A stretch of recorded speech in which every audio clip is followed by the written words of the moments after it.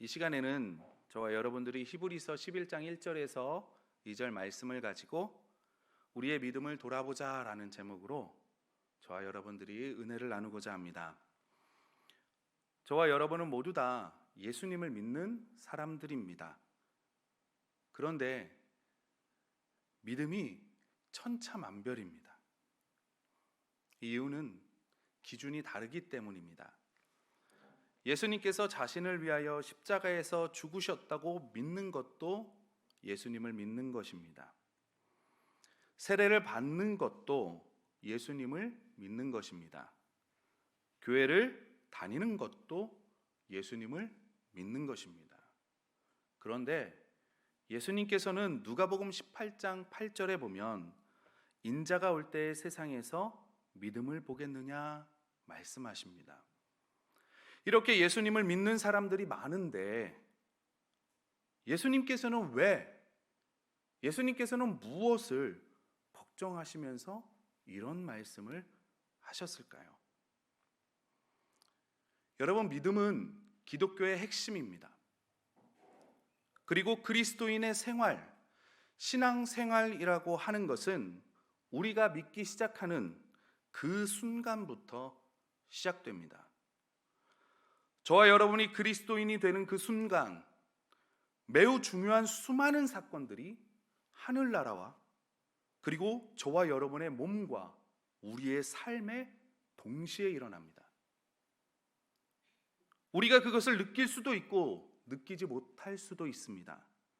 어떤 때는 은혜에 감격해서 눈물을 흘릴 때도 있지만 어떤 때는 내가 정말 믿고 있는지 불확실함을 느낄 때도 있습니다. 그러나 단 하나 분명한 것은 지금 이 순간 역사 속에서 실제하셨던 예수님을 저와 여러분은 나의 구세주로 하나님으로 고백한다는 사실입니다. 고린도전서 12장 3절 보면 성령으로 아니하고는 누구든지 예수를 주시라 할 수 없느니라 라고 말씀합니다. 요한일서 4장 15절에 보면 누구든지 예수를 하나님의 아들이라 시인하면 하나님이 그의 안에 거하시고 그도 하나님 안에 거하느니라 라고 말씀하십니다. 여러분, 아무나 예수님을 하나님의 아들이라 시인하는 게 아닙니다. 하나님이 그 안에 거하시는 사람만이 시인할 수 있습니다.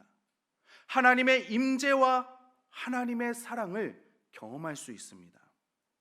갈라디아서 4장 6절에는 이렇게 말씀합니다. 너희가 아들임으로 하나님이 그 아들의 영을 우리 마음 가운데 보내사 아빠 아버지라 부르게 하셨느니라. 아멘.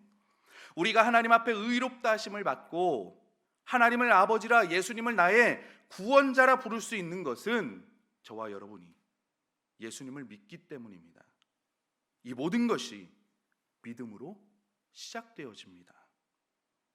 그렇다면 우리는 반문할 수 있습니다. 도대체 믿음이 무엇인가라는 거죠. 솔직히 우리가 신앙생활하면서 믿음이라는 말처럼 많이 사용하는 단어 드뭅니다. 반면에 믿음이라는 단어만큼 우리가 설명하기 힘든 단어도 드뭅니다. 제자들은 주여 우리의 믿음을 더하소서 간구했고 주님은 믿음이 한 겨자씨만큼만 있으면 이 산을 명하여 바다에 던지우라 하면 그렇게 된다고 말씀하셨습니다. 그런데 그렇게 작은 겨자씨만한 그 믿음만 필요했다면 왜 제자들은 예수님과 지내면서 믿음이 없는 자라고 믿음이 적은 자라고 연약한 자라는 소리를 들었습니까? 저와 여러분도 믿는다라고 고백하는데 도대체 믿음이 무엇입니까? 첫 번째로 믿음은 하나님의 주권에 대한 우리의 반응입니다. 우리가 처음 믿음을 가지게 된 것, 성령님께서 그리스도에 대한 진리를 우리의 마음에 가져다 주셨을 때 우리가 적극적으로 반응한 결과입니다. 난 부모님께서 예수님을 믿으시니까 나도 다니다 보니까 이렇게 말씀하실 수 있는 분도 계시지만 이런 분들도 또한 믿음의 첫 세대인 분들도 어떤 계기가 있다는 겁니다. 어떤 분은 태어나 보니 그리스도인 가정이었고 부모님의 손에 이끌리다 보니 자연스레 예수님이 믿어지는 분도 계십니다. 그러나 분명한 것은 내가 내 입술로 예수님이 나의 구원자이시고 하나님이시고 나의 죄를 속죄하셨고 부활하셨고 다시 오셨다라는 것을 고백하는 이들 안에는 성령님이 계시다라는 사실입니다. 어떤 분은 길을 가는데 발에 뭐가 밟혀 보니까 교회 전도지였습니다. 그리고 그 마음에 교회 한번 가볼까 하는 생각에 약속을 취소하고 교회에 왔다가 거기서 예수님을 만나고 믿기 시작했습니다. 어떤 분은 아는 사람 따라왔다가 믿음 생활을 시작하는 분도 계십니다. 어떤 분은 섬김을 통해서 교회에 다니기 시작한 분도 계시고 많은 어려움이 있는데 교회에서 평안함을 느껴서 따스함을 느껴서 믿음 생활을 시작하시는 분도 계십니다. 즉 하나님의 빛이 나에게 임했을 때 우리는 그리스도를 향한 나의 의지를 굽히고 이제는 나의 운명을, 나의 삶을, 나의 인생을 예수님께 맡겼다라는 사실입니다. 물론 모든 인도하는 과정은 하나님으로부터 시작되지만 그 선택권은 저와 여러분에게 있습니다. 미국에 두 청년이 있습니다. 이 두 청년은 도박을 하기 위해 길을 가고 있었습니다. 그럴 때 한 교회에서 찬송가 소리가 들리기 시작합니다. 두 청년은 그 교회를 가보았고 한 청년은 그 찬송가의 소리에 왠지 모르는 끌림을 받습니다. 그리고 교회 안으로 들어갑니다. 한 청년은 야, 우리 가던 길 그냥 가자, 우리가 하던 거 그냥 하자라고 얘기했지만 교회로 들어가는 청년이 말을 듣지 않으니까 그냥 이 청년은 가던 길을 가서 도박장으로 갑니다. 30년 후에 한 사람은 미국의 대통령이 되었고 한 사람은 사형을 기다리는 죄수가 되었습니다. 같이 교회 앞을 지나고 같이 찬송을 들었고 어떤 이는 자신의 의지를 굽히고 자신의 삶을 예수 그리스도에게 맡긴 반면에 한 사람은 자신의 의지대로 살고자 했습니다. 가브리엘이라는 천사가 동정녀 마리아에게 옵니다. 그리고 하나님의 말씀을 그에게 전합니다. 마리아는 겸손히 말합니다. 주의 여종이오니 말씀대로 내게 이루어지이다. 그녀의 믿음은 그녀에게 임한 하나님의 말씀에 대한 반응이었습니다.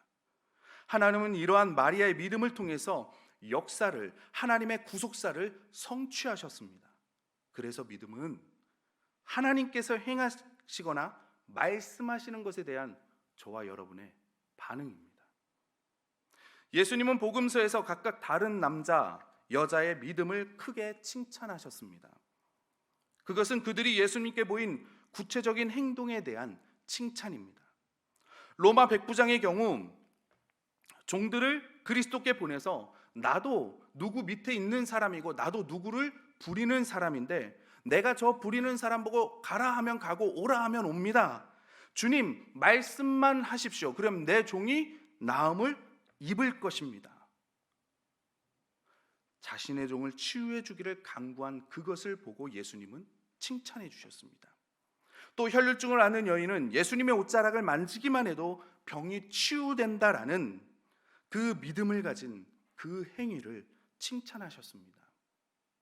두 행위 모두 하나님의 부르심, 하나님의 말씀의 표현이었습니다. 반응이었습니다. 죽은 나사로를 죽음에서 구하기 위해 마르다에게는 얼마나 큰 믿음이 있어야겠습니까? 예수님은 마르다에게 마르다야 너의 믿음으로 오빠를 살려라 그렇게 말씀하지 않으셨습니다. 예수님은 마르다야 너의 믿음으로 썩어 냄새나는 오빠의 몸을 새 몸으로 바꾸어라 말씀하지 않으셨습니다. 예수님은 마르다에게 말씀하십니다. 작은 믿음을 말씀하십니다. 무덤에 돌을 옮겨 놓아라. 주님의 명령에 순종한 그 믿음. 그랬을 때 나사로는 일어났습니다. 그렇다면 나사로는 어떻습니까? 나사로야 나오라라는 그 예수님의 부르심, 그 말씀을 듣는 순간 나사로는 무엇을 했을까요? 하나님의 말씀이 무덤에서부터 그를 일으켜 세워 난 분명히 죽었는데 내가 살아났네? 그리고 햇빛으로 걸어 나오는 믿음입니다. 예수님은 나사로에게 야, 네 몸 썩었으니까 새로운 몸으로 바꿔 말씀하지 않으셨습니다. 야, 너 누워 있었으니까 힘 없지, 근육이 필요해, 새 힘을 불어넣어, 그렇게 말씀하지 않으셨습니다. 나사로야 나오라 했을 때 그 말을 들은 나사로, 그 자리를 털고 일어나 나오는 그것이 필요한 것입니다. 이스라엘 백성들이 광야를 지나갈 때 마라의 쓴물을 만납니다. 하나님은 그 마라의 쓴물을 단물로 바꾸라고 말씀하지 않으십니다. 나뭇가지를 꺾어 그 마라의 쓴물에 던지라고 말씀하십니다. 그 마라의 쓴물을 단물로 바꾸시는 분은 하나님이십니다. 이스라엘 백성들 보고 40년 동안 광야에 살 거를 걱정하라고 말씀하지 않으셨습니다. 구름이 뜰 때는 이동하고 내리면 멈춰라. 아침에 일어나 만나를 먹어라. 물이 부족하면 반석에서 물을 마셔라. 말씀하셨을 뿐입니다. 홍해로 앞이 막히어졌을 때 이스라엘 백성들 보고 홍해를 건너라고 말씀하지 않으셨습니다. 모세에게 들고 있는 지팡이로 홍해를 치라 말씀하십니다. 모세는 그 말씀을 듣고 지팡이로 홍해를 쳤습니다. 그럴 때 하나님께서 홍해를 갈라주셨습니다. 그렇다면 우리는 우리의 태도를 살펴보아야 합니다. 이제부터는 내가 나의 능력을 의지하는, 내 경험을 의지하는 믿음으로 사는 것이 아니라 하나님의 말씀을 내가 얼마나 의지하나, 하나님께서 나에게 행하시는 일에 내가 얼마나 반응을 하고 있는지 살펴보아야 합니다. 우리는 나는 믿음이 적기 때문에, 나는 믿음이 없기 때문에 이렇게 말하는 것이 아니라 이제는 우리는 이렇게 질문해야 합니다. 하나님께서 나에게 하신 말씀이 무엇인가? 하나님께서 내가 무엇을 하기를 원하시는가? 주님께서 우리에게 요구하시는 것이 무엇입니까? 이 세상을 구원하라고 하십니까? 아니면 천지를 개벽시키라고 말씀하십니까?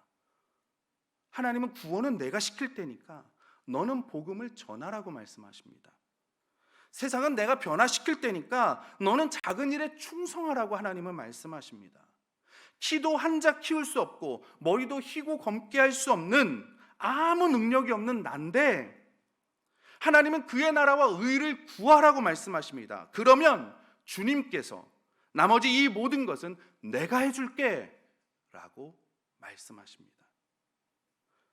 주님의 음성을 들을 때 그렇습니다. 우리는 마음에 불안함도 있고 비틀거림도 있을 것이고, 그러나 중요한 것은 우리가 주님 앞에 서 있는 것이 중요합니다.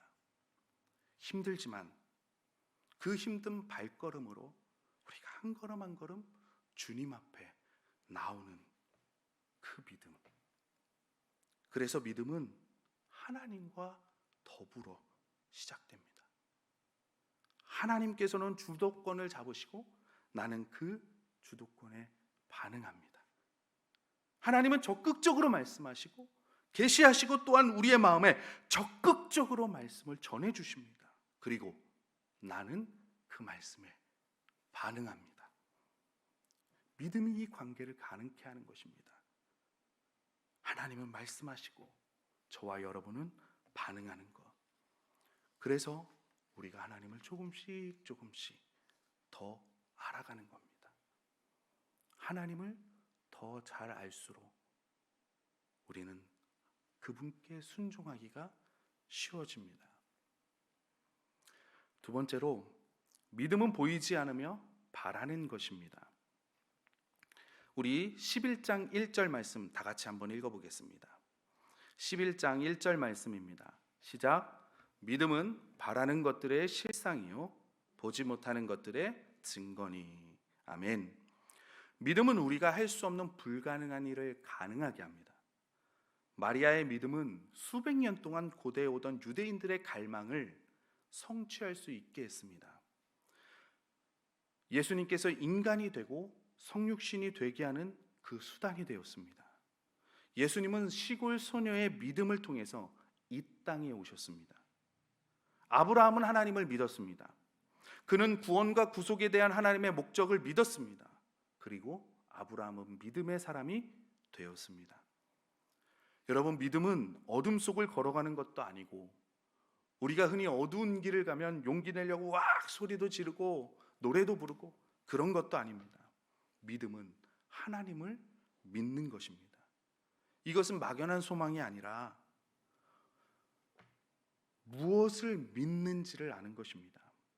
믿음은 바라는 것들의 실상이요 보지 못하는 것들의 증거입니다. 어느 날 갑자기 하나님께서 아브라함에게 말씀하십니다. 우리 창세기 12장 1절 말씀에 보면 여호와께서 아브라함에게 이르시되 너는 너의 고향과 친척과 아버지의 집을 떠나 내가 내게 보여줄 땅으로 가라 말씀하십니다. 이 말씀을 들은 아브라함은 떠났습니다. 우리가 읽진 않았지만 11장 8절에 보면 뭐라고 말하냐면, 표준 세번역에 보면 믿음으로 아브라함은 부르심을 받았을 때에 순종하여 장차 분깃으로 받을 땅으로 갔습니다. 그런데 그는 어디로 가는지를 알지 못하였지만 떠난 것입니다 라고 말씀합니다. 아브라함은 제단 위에 사랑하는 아들을 제물로 묶어놓고 칼을 들어 치려 했습니다. 그러면서도 아브라함은 아들 이삭을 통해 하나님의 약속이 성취되리라 믿었습니다. 이삭은 장래에 일어난 일을 바라보며 야곱을 축복하였습니다. 야곱은 요셉의 아들들을 축복하였고, 요셉은 이스라엘 자손들이 결국에는 이집트를 떠나서 하나님의 약속의 땅 가나안 땅을 갈 것이다, 그것을 믿음으로 바라보며 후손들에게 하나님께서 가나안 땅으로 인도하실 때 나의 뼈도 가지고 가라라고 유언합니다. 모세는 이집트의 왕자로서 신분과 부귀영화를 버린 것, 그것은 영원한 나라의 상 주시는 그 하나님을 바라보았기 때문이라고 성경은 말씀합니다.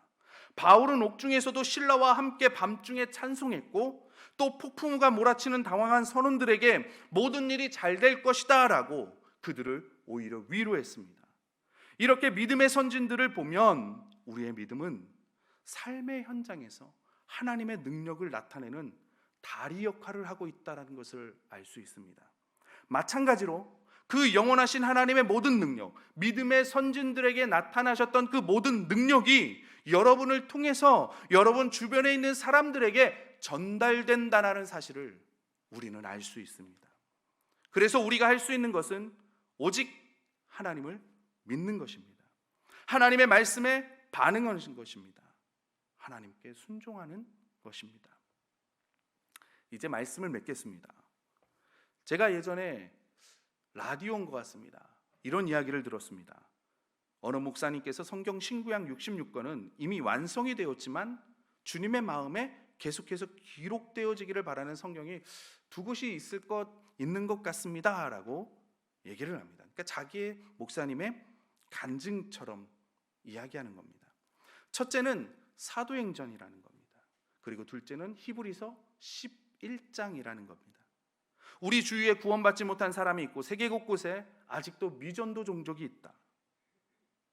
남아있는 한 예수 그리스도를 모르는 사람, 구원받지 못하는 사람, 그 한 사람이라도 남아있는 한 사도행전은 아직도 계속되는 구원의 행진이고, 주님의 재림이 아직 이루어지지 않는 지금 그리스도인들은 믿음으로 사는 믿음의 행진이 계속 되어져야 할 것이다. 하나님의 말씀에 반응하십시오. 이것이 믿음입니다. 그러므로 믿음은 들음에서 나며 들음은 그리스도의 말씀으로 말미암았느니라. 여러분, 믿음은 변합니다. 믿음은 자랍니다. 그러나 믿음으로 살지 않으면 믿음은 사라지고 굳어지고 병이 들 수 있습니다. 무엇을 바라고 무엇이 보이지 않는 것일까? 히브리서 11장 27절을 보면 모세의 믿음을 설명하면서 구체적인 예를 말합니다. 믿음으로 그는 왕의 분노를 두려워하지 않고 이집트를 떠났습니다. 그는 보이지 않는 분을 마치 보는 듯이 바라보면서 견디어냈습니다. 하나님, 모세는 보이지 않는 하나님을 마치 보는 듯이 바라보면서 살았다는 것입니다. 이것이 모세의 믿음입니다. 난 이런 믿음이 없는데 걱정하지 마시기 바랍니다. 믿음의 영웅들, 믿음의 선진들, 그 과거의 모습을 보면 그들이 얼마나 인간적이었으며 하나님을 깨닫는데 얼마나 느렸는지도 우리는 알 수 있습니다. 아브라함과 다윗에 대한 성경 말씀을 보면 하나님은 연약한 그들을 믿음의 영웅으로 들어 사용하십니다. 하나님을 신뢰한다면 여러분, 우리 말씀하시기를 바랍니다. 하나님께 하실 수 있는 것, 현재 하나님께서 하시는 일, 그것을 감사하고 찬양하고 고백하시기를 바랍니다. 믿음은 하나님의 말씀에 대한 반응입니다. 믿음은 보이지 않는 예수님을 보이는 분처럼 바라보며 사는 것입니다. 그래서 저와 여러분들이 정말 하나님 앞에 믿음으로 승리하여 면류관을 쓸고 칭찬받는 우리 영도교회 성도님들이 되시기를 주님의 이름으로 소원합니다.